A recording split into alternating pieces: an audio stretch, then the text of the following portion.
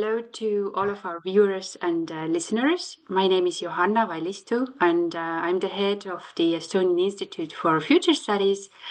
And I'm very excited to have here today for this discussion Jules and Donna from the Cynefin company. And they are on their daily work dealing with very exciting topics of sense making and complexity. And today we will be discussing how futures is integrated in these methods and what have they learned in their job. So maybe I will hand over for the brief introductions of yourselves to you guys, because I know you can do it best. Maybe, and for the background, why we are here is that I met Jules in Singapore, I think 6 years ago at a wonderful conference, and was very happy to see her in Estonia this spring at a workshop we ran. But we didn't have enough time to talk about all the exciting things, so let's take the opportunity here. But maybe you can introduce yourself briefly, Jules. Of course. Thank you, Johanna. And yes, it was indeed 6 years ago in July of 2019 that we first met at the International Risk Assessment and Horizon Scanning Symposium in Singapore, which is organized by the Center for Strategic Futures of the Prime Minister's Office in the Singapore government every 2 years. And I suppose this is a good opportunity, to just as part of the introduction to share why we even met at the conference in the first place. So I work with Cynefin Company for now the past 16 years, and a lot of our work intersects with the field of futures and futures thinking. And in fact, as you can see, the Center for Strategic Futures in the Singapore government was also very much developed in collaboration with our founder, Dave Snowden. So Peter Ho and Dave Snowden are longtime collaborators in this space, in complexity and in futures, and hence the invitations to join the conference that I just mentioned. By way of other introduction, I do not actually have any formal background in future studies. In a way, I'm not even sure what constitutes formal training in futures. My background is actually in linguistics and literature. So I've always been in the humanities, and specifically very interested in history and cycles of history, and also things like how geography and geopolitics relates to that as well. So I suppose all of that gives me quite a unique combination in terms of a background to approach futures. So I encountered futures in my work at the Cynefin Co, specifically with methods like the future backwards, looking at different kinds of timelines and perspectives on the future, and also working to introduce more complexity thinking into the field of futures, which sometimes in some ways can be a little bit more linear. So I'll pause on my introduction now, and then I'll hand over to maybe Johanna or Donna to introduce themselves. So much, Jules. And this is one thing I very much love about the futures field, that, well, even though I think a lot of people would love to have a formal training in futures, at the same time, it does bring together such a diverse background of people who love this field as well, and they contribute to it with their special knowledge. So how about you, Donna? Sure, thank you. My name is Donna Glanvill, and I am South African. I got my first futures training as a teenager by living through a futures process in my own country.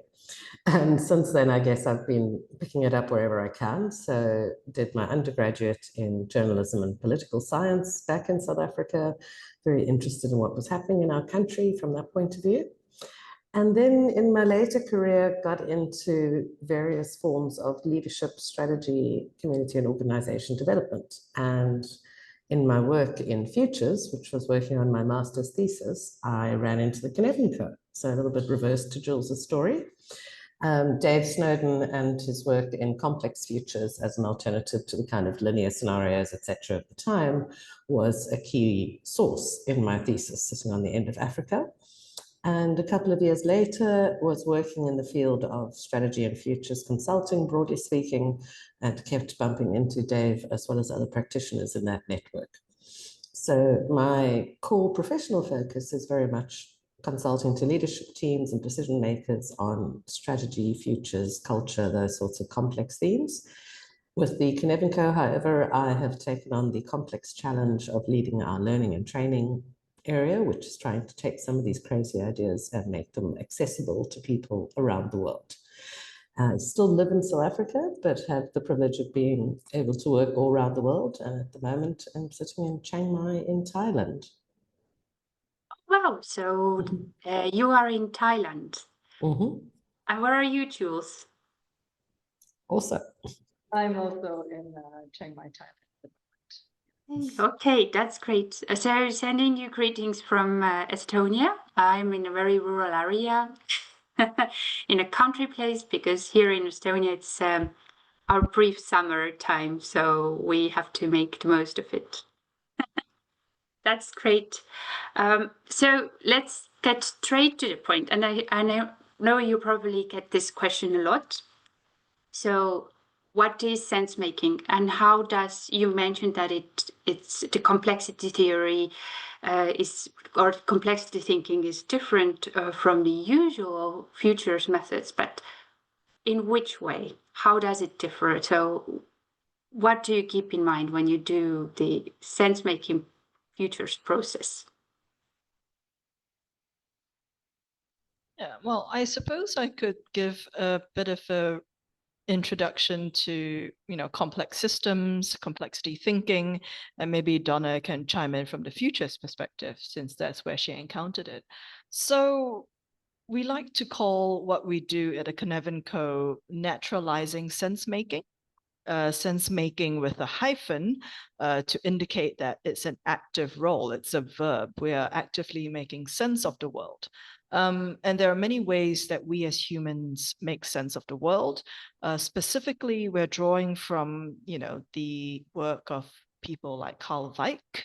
And of course, Dave Snowden is a major player in this field of naturalistic sense making, which is to say that we look at the natural sciences and to see what it says about the way humans behave and interact, the influences from our, cognitively that, causes us to behave, and then how we organize ourselves in systems, which brings up a lot of complexity. So that's the field of naturalizing sense making, and this infuses a lot of our thinking and the way that we operate as well. In terms of complex systems and complexity, it is looking at the way systems are entangled. So there are ordered systems in which there is, a relation between cause and effect. Things are linear. If you have input A, you can be mostly assured of output B. So that's a very, very high level, probably not so good introduction to ordered systems. But then there are also complex systems in which everything is entangled. There is no apparent connection between A and B or cause and effect. It's non-linear. There are no predictable outcomes, and the connections are all entangled. So this is a key phrase you'll hear us use in complexity a lot, that we have everything is entangled. We have entanglement, and systems are non-linear, and that there's no predictability. So there's a lot of emergence. So that, in a nutshell, is naturalizing sense making and also complexity thinking. And that has quite a bit of implications for a field like future studies, which, I think, if I'm not wrong, and please correct me, probably started to really take hold as a field, I would say probably in the 70s and 80s. And there was still quite a bit of, systems thinking and more linearity that informed the approach and the foundation of that studies. But yeah, I'll hand over to Donna to get her view on complexity thinking and futures. Yeah, so I think always declare your bias up front. The kind of complexity that the Cynefin Co specializes in is what we call anthro-complexity, which is the complexity that is inevitable when you bring human beings into your vision of systems. So if we think of systems as computational or mechanical, we can take a very predictive approach to how we work with them, and we can predict their behavior. As soon as we bring humans with agency and intelligence and intention into it, then the system and the future becomes so entangled and complex and so full of possibilities that it's very difficult to actually reduce it or map it or analyze it with any kind of predictability. However, as humans, we absolutely need to be able to reduce and analyze and map these systems in our heads, because we're asked to make decisions about these uncertain futures. So for me, my particular area of futures that I'm interested in is futures as a social construction, essentially, and the extent to which, when we look at future studies, we understand that there are multiple possible futures, but that we're constructing and reconstructing those futures and their possibilities as we think about them and talk about them.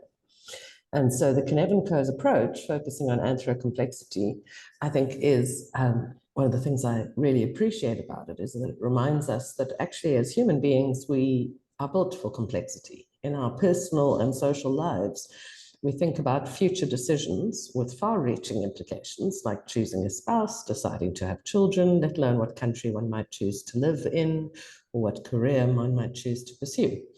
And these are extremely uncertain and ambiguous future choices, and yet we feel quite comfortable navigating towards them. We understand uncertainty in that context.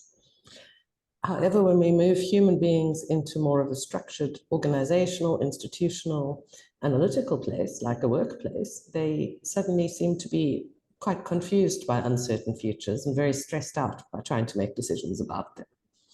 So I think a lot of the interesting work in the last 15 or so years, and probably the next 5 or 10 years to come, is understanding actually the nature of how human beings think and how we construct systems together, and how we can understand futures as this collective, emergent, social unfolding, and therefore look at our methods, methodologies, and tools and ask how they can become more appropriate. So I think the purpose of any kind of futures or strategy process is to build prepared minds rather than to build great futures or strategies. And that's where we lean in quite heavily in the Cynefin Co. Very beautifully put. But I'm wondering, can we bring some kind of professional field example? So, for example, I've been dealing with the future of education in Estonia recently, and we approached it with quite classical scenario making methods. We invited a group of teachers, school educators, other experts in the education area on board, and we ran some scenario workshops. And there, I'm wondering, how could we have done it differently if we had taken part of your training before, Donna? You're muted. Sorry. Yes, so scenarios is a way of looking at futures and stretching people's ability to see the future as, let's say, a cone of possibility. The risk of scenarios is that often when we do them in a classical way, it's a 2x2 matrix, and we fundamentally end up with a scenario that looks like heaven, kind of impossibly good outcomes all around, a scenario that looks like hell, impossibly bad outcomes all around, and 2 fair to middling ones. And again, in humans need to perhaps oversimplify things in a very busy world. Sometimes people can then decide, well, what we're actually doing is trying to choose between 2 possible futures.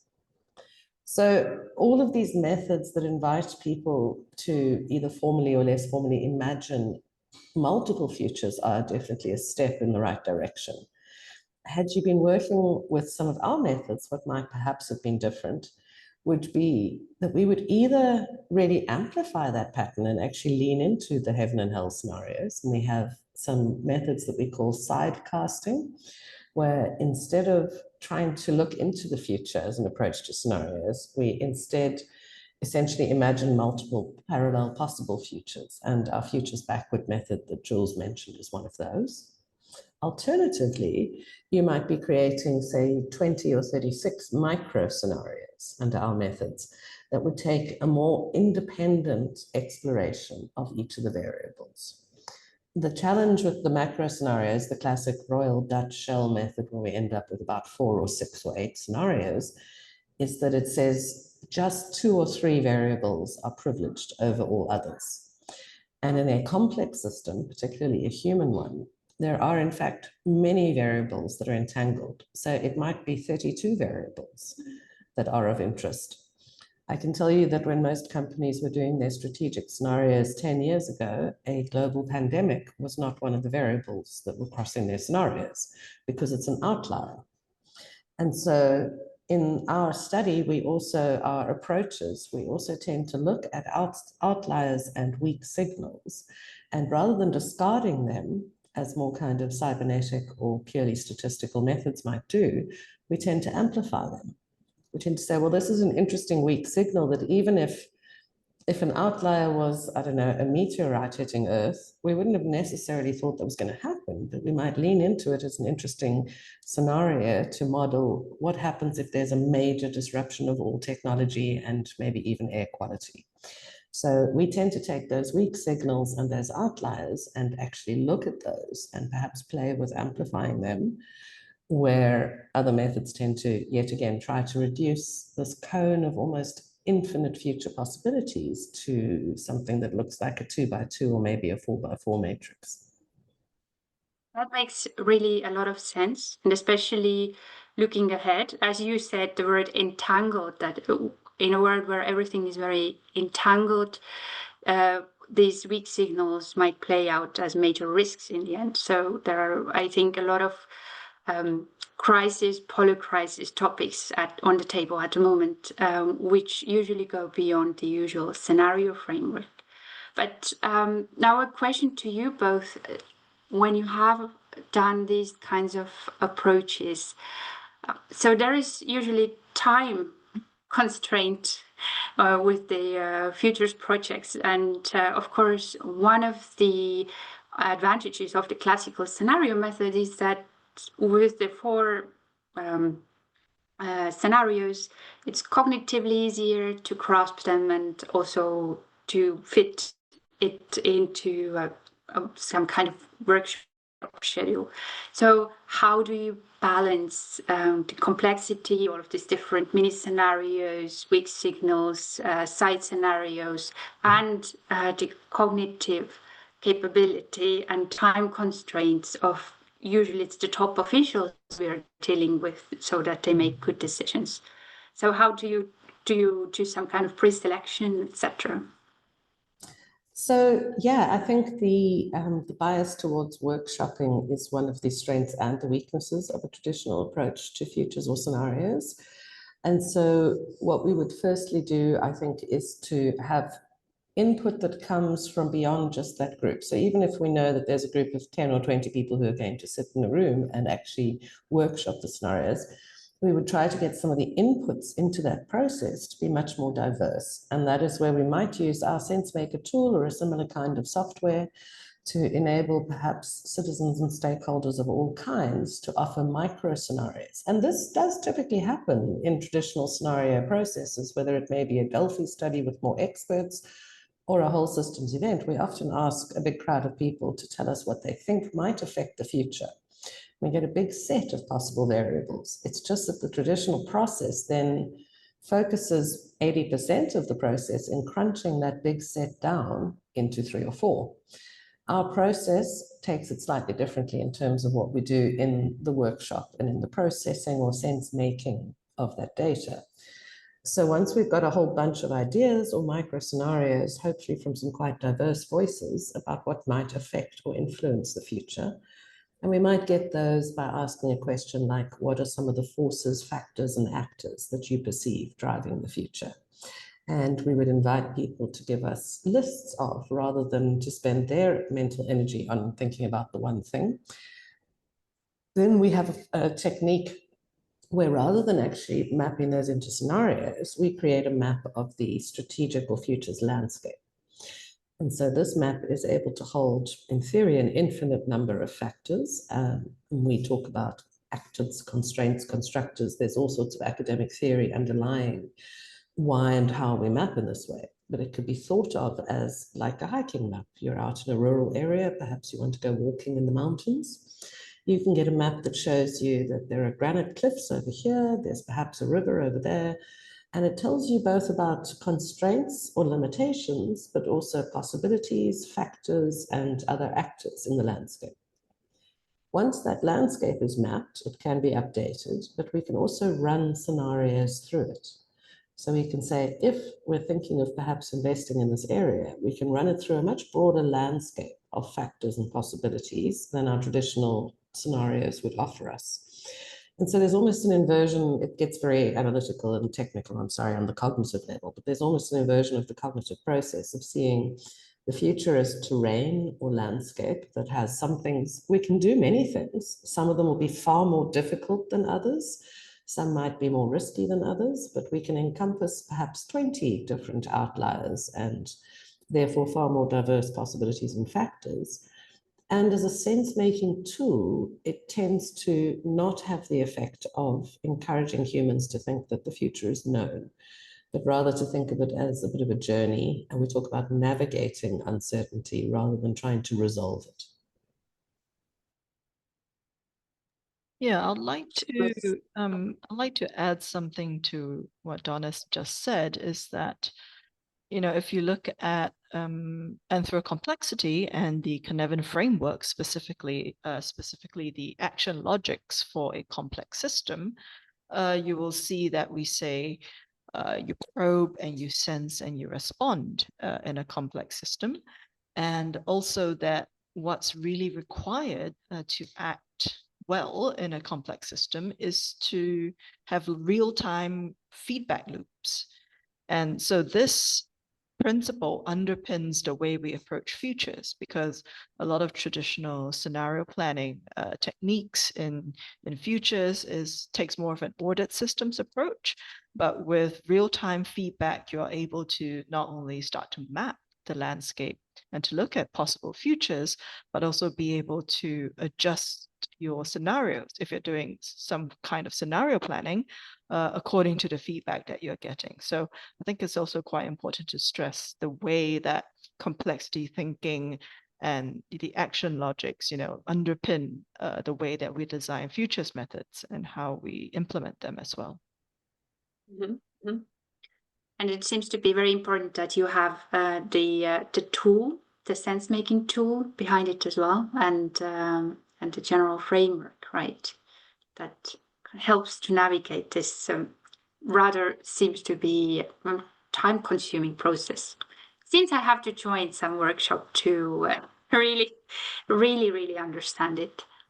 But this is something I'm very curious about, is when we say that we start to also disentangle the cognitive patterns of our participants about what they think about future, and kind of we start seeing different possibilities. You have such an internationally diverse experience field that I'm wondering, what have you noticed when working with people from different backgrounds, from different cultures? So, Jules, you're from Singapore. Donna, you are from South Africa. I'm sure these inherent thinking patterns, how we think future will unfold, what could happen, what is not imaginable, that they're probably very different. Also, what I see in Estonia, well, for us, for example, it's very difficult to imagine that there could be many futures. We even don't have future tense in Estonian. So maybe some of your examples or observations regarding this very international work, can you fit it all into the same framework, or are there differences? So many questions, I'm sorry. So you raise a very interesting point, and this does interest my linguistic background. Yes, I do think that a language and the people that speak the language, they're of course very much influenced, right? Because language is culture, and in a way, culture is language.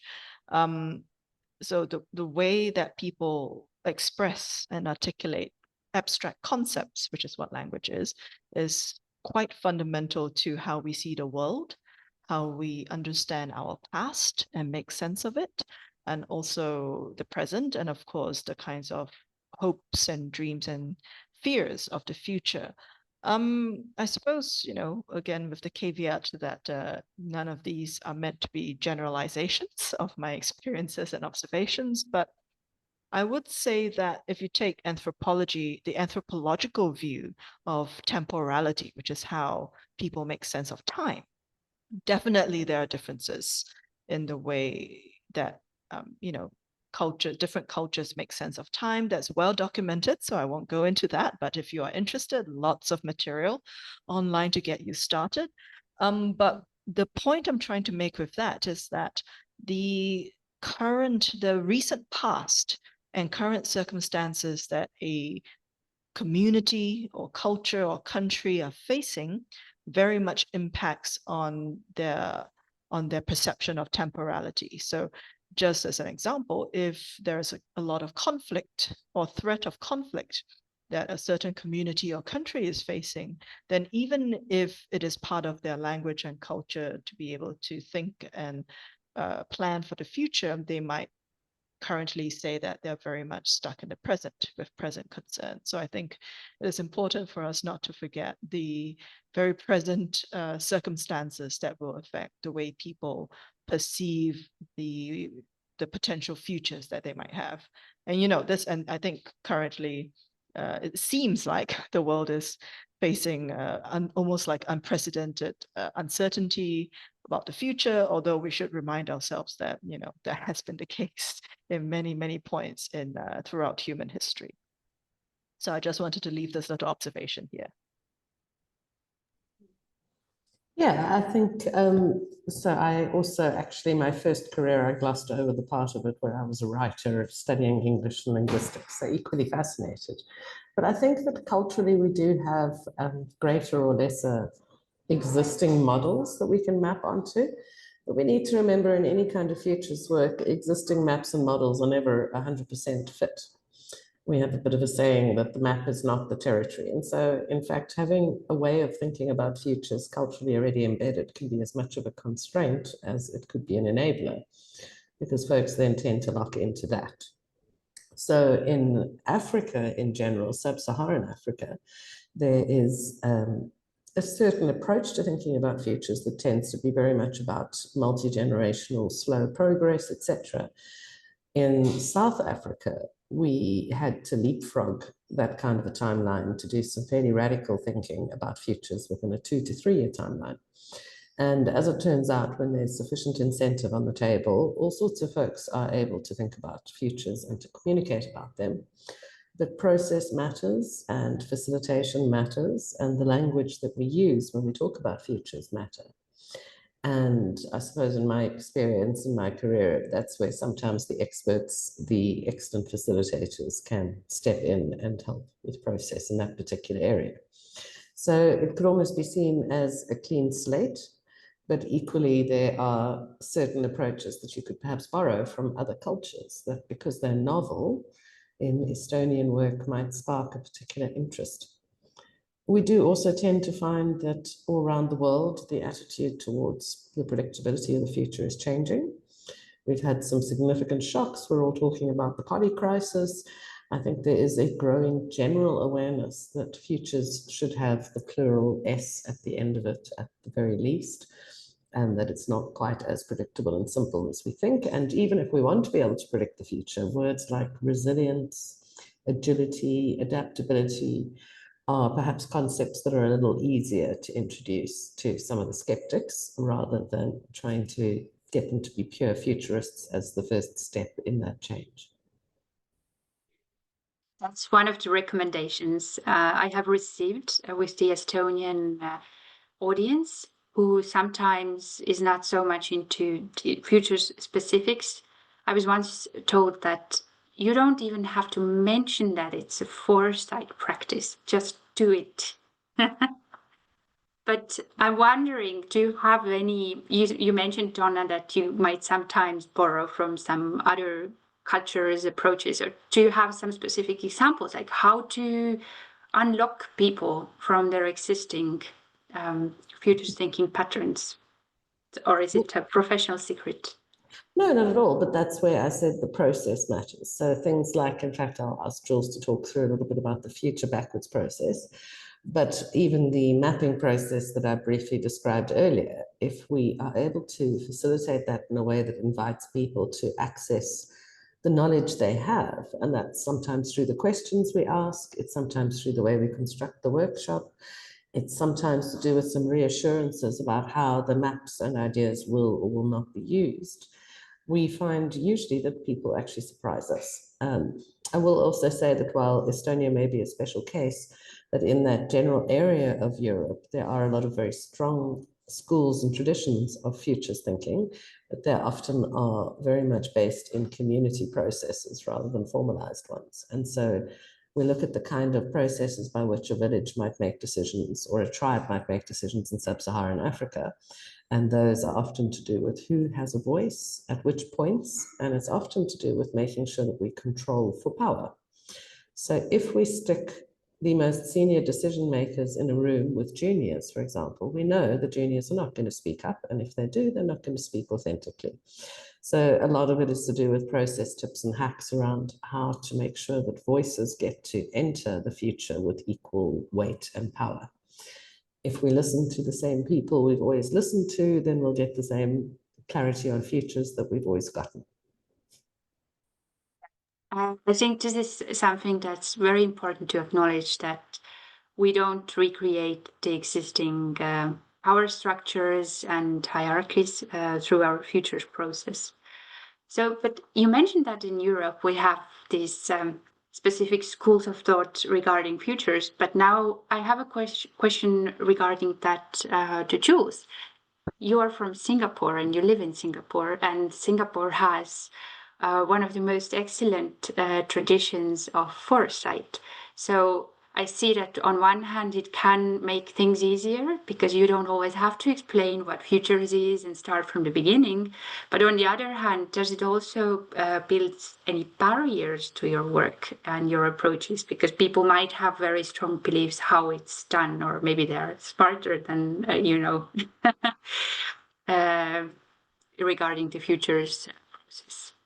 Yeah, so this is quite interesting because it's only recently, like the last 2 to 3 years, that I'm actually more involved on the community side of things. So you're right, Singapore has a strong foresight tradition, I suppose, bearing in mind that we are only 60 years old as a nation state. In fact, we only just celebrated the 60th anniversary of independence on August 9th.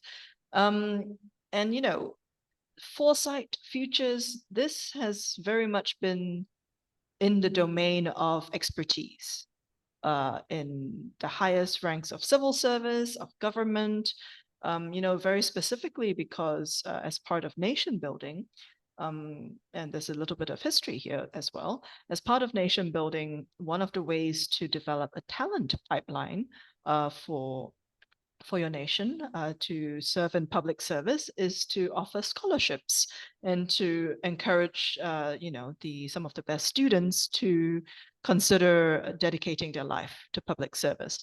So there is a strong tradition in Singapore for that. You can somewhat engineer it with incentives, but again, you can't predict that the outcomes will be that you have a very fat talent pipeline.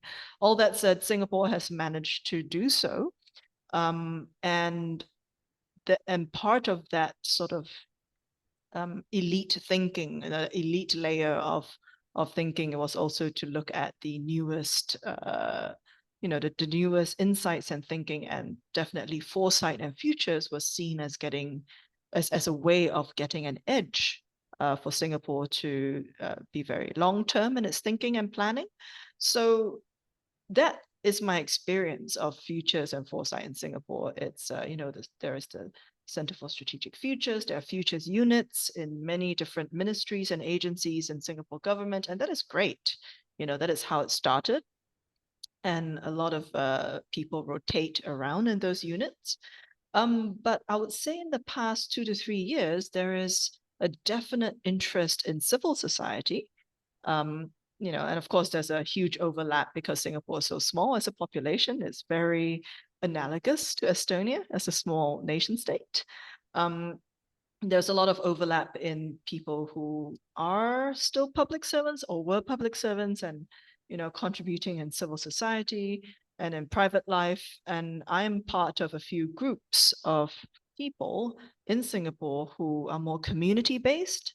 For instance, there is Carol Lim and John Lim, who run Teach for the Future, I think, or Teach the Future, one of these names. And they are specifically focused on introducing futures and futures thinking at a very accessible level to children as young as in, primary school. So in Singapore, primary school starts at 7. I think they start maybe at 10 years old, for instance. So that's a great example of futures in the education system, but on a civil society level. We also have an informal group like the Futures Collective, where anyone at any level of understanding or experience of futures, professional or not, can join a chat group and share events and share meetups, and they plan a monthly free meetup for people interested in futures. So yeah, there is definitely more of a growing community-based interest in futures, and I think that's great because it has to. We have to balance between expertise, at sort of like a nation state level, but also get people involved and interested in that. Yes, I totally agree. And this is also one of the approaches that the Estonian Institute for Future Studies is undertaking, so that we could spread the understanding of futures thinking to also people who don't work in the area professionally. But out of curiosity, Donna, I'm wondering, is there also a similar movement of futures in South Africa? We always have multiple movements of futures in Africa and South Africa, but I think what's particularly interesting is how ours would be connected to international institutions, and locally a particular focus on sustainability in the futures community. So some really interesting futures work being driven out of the sustainability field, particularly at universities like Stellenbosch, the Institute for Sustainability Futures, as it happens, and a lot of international and sub-regional partnerships coming through. Very interesting to hear. And maybe later on, I will also ask you to share some links to further read about the different ecosystems. So while our discussion is coming to an end, the last question will touch upon the rising interest on futures among the communities that you both mentioned, that and that we very much want to see. I guess that futures thinking would not only be expert driven, that the futures wouldn't be only the thing for the top management, but there are two more questions regarding that. So on one hand, what I see, we have this rising interest in Estonia, but with the coming age of the AI, a lot of people say, I'll do my futures myself because, ChatGPT generates my scenarios in seconds. And this is something we try to bring balance to, but maybe you have some comments on the changing era of technology and futures and this community interest. And on the other hand, following that, so how to make futures more approachable to everyone, but at the same time not losing the quality of futures work. So really bringing in value from the futures. So these very easy questions, who wants to start? So I think I'd like to start with one of it because it links to this idea of, who's doing future studies in various areas. One of the ways that futures becomes more accessible to people is that we don't treat futures as a discipline or a field in itself, but rather as a particular way of making sense that applies across multiple fields. So in the field of healthcare, for instance, in the field of anyone who's doing research in the poly crisis, anyone who's working in the fields of strategy, these are all essentially fields that have an element of futures within it. And so one of the ways to make it accessible, and something that we really emphasize at the Cynefin Co, is the importance of context. In other words, looking at the question of futures in people's actual applied contexts, whether that's their personal lives, their professional lives, or a shared challenge like education, climate change, any of these, I guess, poly-crisis type challenges that we're grappling with. In terms of the impact of AI, I think it very much depends on what kind of so-called AI we're talking about, because at the moment we don't have models that are available to us as the general public. What we're mostly working with are large language models, and those are about as smart as the autocorrect function on my cell phone. And I assure you that the autocorrect function makes the wrong prediction a lot of the time. So to unpack that a little bit more technically, again, what we're interested in are more outliers and weak signals rather than generalized perceptions. And the current state of most AIs and LLMs are going to give you what your average man on the internet thinks. And I could also just go to Facebook or Reddit if I wanted to see that, but it's certainly not the best of our thinking, and it's certainly not going to bring in the outliers, the weak signals. And I think I suppose this is a very more transactional view, a metaphor. I think we need to think about futures as an exercise and what we're hoping to achieve there. And it's a little bit like the stock market. If I can predict only as much as everybody else in the world can predict about the future, I'm not really doing anything unique or adding value. So we're certainly looking at futures as a field that would have more ability to sense and predict the future than the average person on the street. And that's where we need to be very careful about what tools we use. Again, going back to some of the themes that I started with, we also need to bear in mind the natural human need and drive to simplify things in a world that feels overwhelming. So the more we can not use scary language, not talk about enormous meta concepts like the poly crisis, the more we can actually break it down into more manageable items as such, the more that can also help. So the complexity is there, it's on the background, but we don't necessarily have to overburden our participants with it. Well, I would say more than that, it's not in the background at all. When you roll things up to say polycrisis or culture, it is at such a level of abstraction that it's relatively meaningless to most people, even educated experts. It's such a level of abstraction that it gives us nothing to hang on to in terms of insight, granularity, or potential for action. So when you tell me it's a polycrisis and it's all entangled, well, honestly, I just want to go lie down and take a nap. When you say what we mean by polycrisis is that we're asking some serious questions about education as well as governance, as well as leadership, and we start to break it down into terms and things that people already understand. So I can say to them, your kids' school didn't really prepare them for entrepreneurship or the world of today. We know that, yes. We know that we don't think our political leadership is doing X, Y, and Z sufficiently, yes. So it's more about breaking it down into things that people can actually get a handle on, and therefore we can make sense of. So one of the Cynefin Co's definitions of sense making is it's making just enough sense of the world so that we can act in an appropriate way.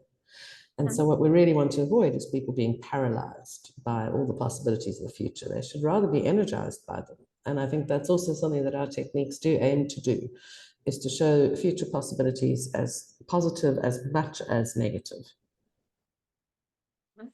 Thank you, Donna.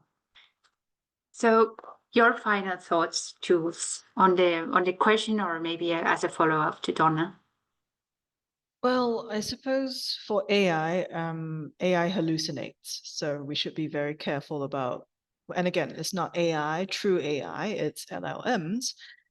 We should be very careful about using anything that hallucinates to help us predict the future, unless that's the kind of future we want.